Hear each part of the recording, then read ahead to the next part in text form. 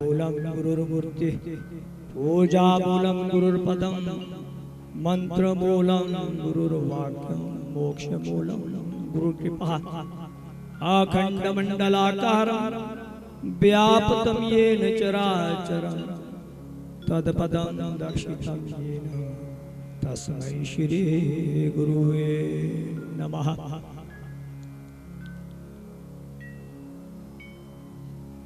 परम पूज्य सदगुरु भगवान जो हमारे इस दिव्य क्षेत्र में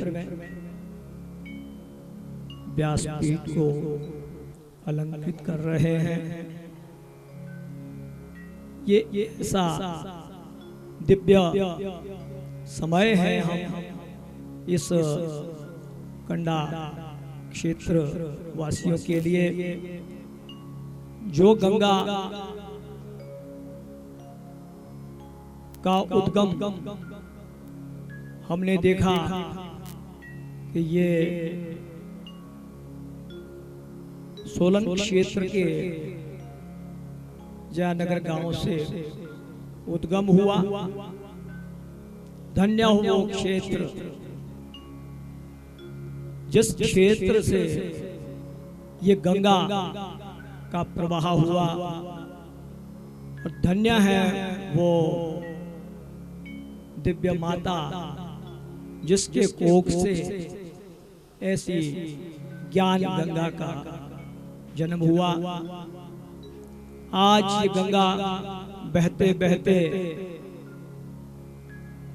कहां से कहां पहुंच गई। वो दिन था जब श्री शिव शक्ति धाम ढली शिमला क्षेत्र में इस गंगा का प्रवाह हुआ। हमें भी वहां गोता लगाने के लिए अवसर मिला। उस क्षेत्र से बहती बहती ये गंगा पता नहीं कितने स्रोतों में बट गई और आनंद की धारा बन गई। आज हमारा बहुत ही शुभ दिवस है। हम बहुत भाग्यशाली हैं कि देवता जुणगा की कृपा से, माता तारायणी की कृपा से, उमा दत्त हमारे पिता तुल्य और माता तुल्य गौरी देवी और इनके परिवार और इनके आंगन में आज हमें इस ज्ञान गंगा में गोता लगाने के लिए सुअवसर प्रदान हुआ। धन्य है हमारे गुरुदेव भगवान जिन्होंने हमें बार बार गोता लगाने के लिए प्रेरित किया, उत्साहित किया, उत्सुक किया। जिनका नाम जैसा उनका परिणाम और उनका गमन अनुगमन भी वैसा। तो सदगुरु भगवान को मैं प्रणाम करता हूँ और हृदय की गहराइयों से वांगमयी मूर्ति जो श्री मद् भागवत महापुराण के बीच में साक्षात रूप में विराजमान है, आज कंडा क्षेत्र के इस दिव्य आंगन में विराजमान है। मैं श्री मद् भागवत महापुराण और वांगमयी मूर्ति को हृदय की गहराइयों से शत शत कोटि नमन करता हूँ। मैं श्री शिव शक्ति धाम को सींचता रहता हूँ, उसमें मालिक के रूप में अपने आप को संलिप्त रखता हूँ। मनुष्य इस संसार में आता है तो कुछ इस संसार को दे के जाता है। इसलिए हमें सबसे पहले ईश्वरीय लीला को समझ करके आगे बढ़ना है। ईश्वर के दर्शन प्राप्त करने के लिए हमें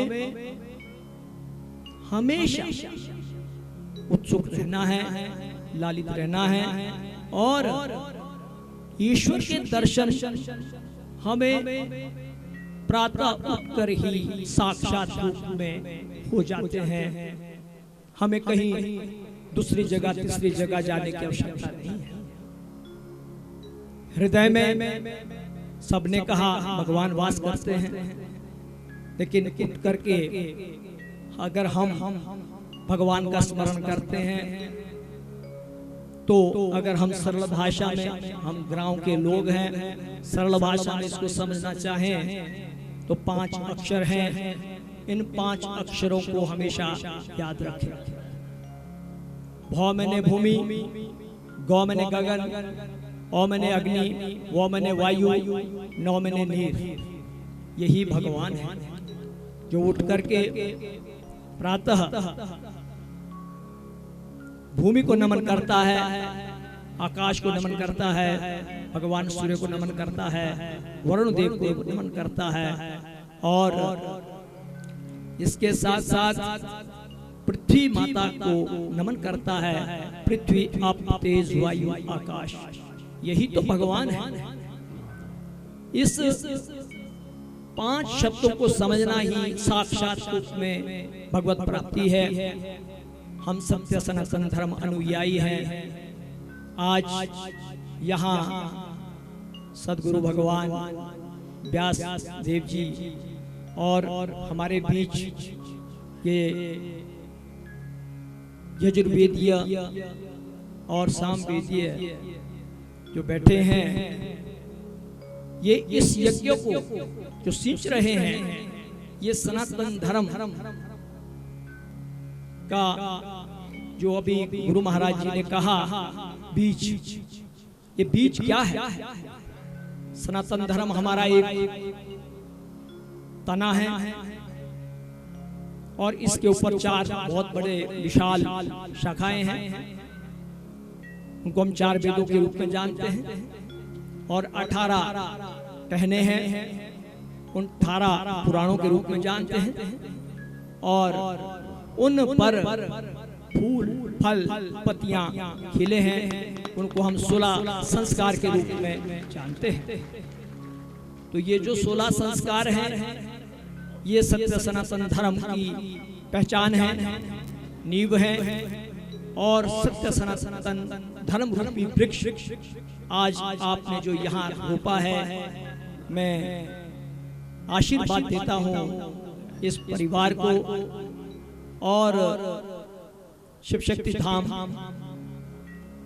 पीठाधीश्वर के नाते के हमारे ये जो पिता तुल्य उमादत्त जी और इनके भ्राता और इनके बच्चे, इनका कुल गोत्र, इस बीज के रोपने से इसमें इतना सत्य सनातनी रूपी वृक्ष एक से अनेक, और जो यहाँ पर आसपास दूर क्षेत्र से आए सभी माताएं, बहनें और बुजुर्ग लोग और हमारे भाई लोग हैं, इनको भी जितना फल हमारे उमादत्त जी की परिवार को मिलता है, उतना ही फल इनके जो श्रोतागण आए हैं उनके घरों में भी श्री सत्यनारायण भगवान जी की इस पुण्यमयी लीला का अवश्य बीज का रोपण होगा,